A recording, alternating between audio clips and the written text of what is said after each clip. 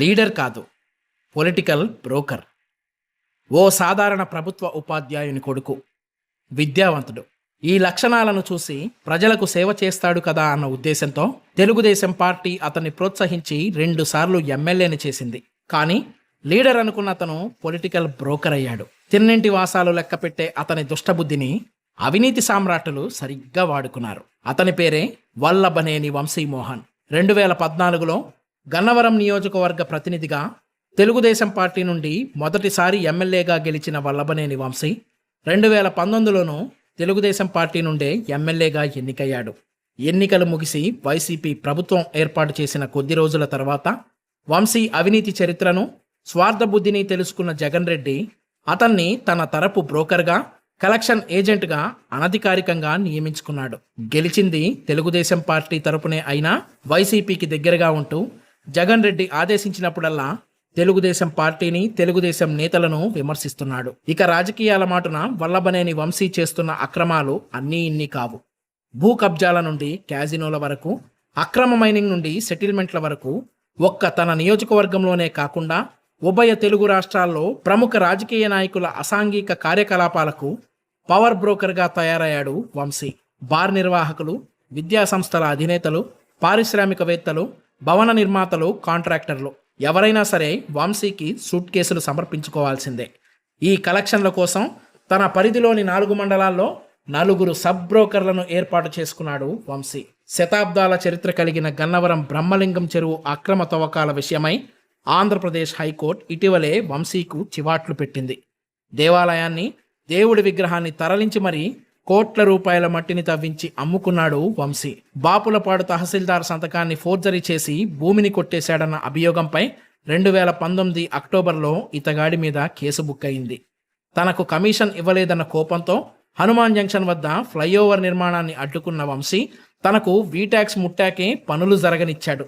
అవుటుపల్లి, Gollapudi outer ring road నిర్మాణాలలోనూ ఇదే తంతు. హైదరాబాద్, విజయవాడలలో వివాదాస్పద భూములు తాకట్టు పెట్టి బ్యాంకుల నుండి 230 కోట్ల రూపాయల రుణం తీసుకున్నాడు.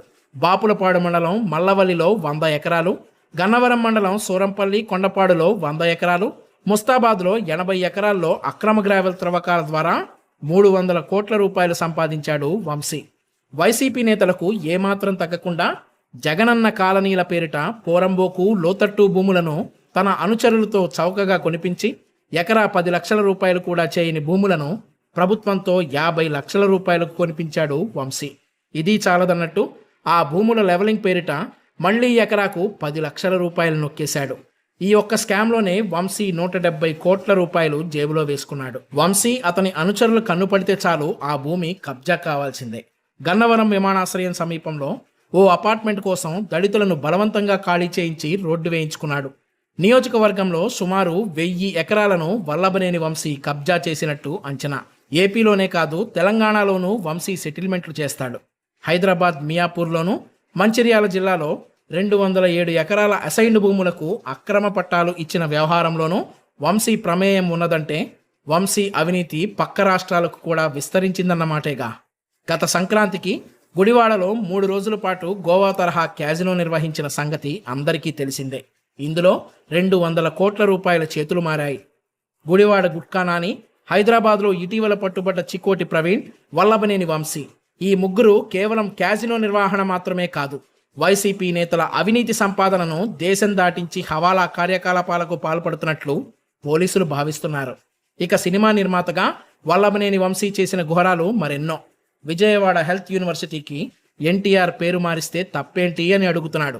తనకు రాజకీయ భిక్ష ఇచ్చిన తెలుగుదేశం పార్టీ మీద కానీ, తనకు అవకాశం ఇచ్చిన చంద్రబాబు గారి మీద కానీ, తెలుగు జాతి ఆరాధ్య దైవం ఎన్టీఆర్ పట్ల కానీ, ఆయన కుటుంబం పట్ల కానీ కాస్తంత కూడా విశ్వాసం లేని స్వార్థపరుడు వల్లభనేని వంశీ.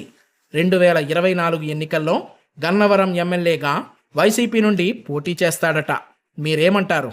ఇలాంటి ద్రోహిని, అవినీతి పరుడిని, పొలిటికల్ బ్రోకర్ని ఎన్నుకుందామా? ఆలోచించండి.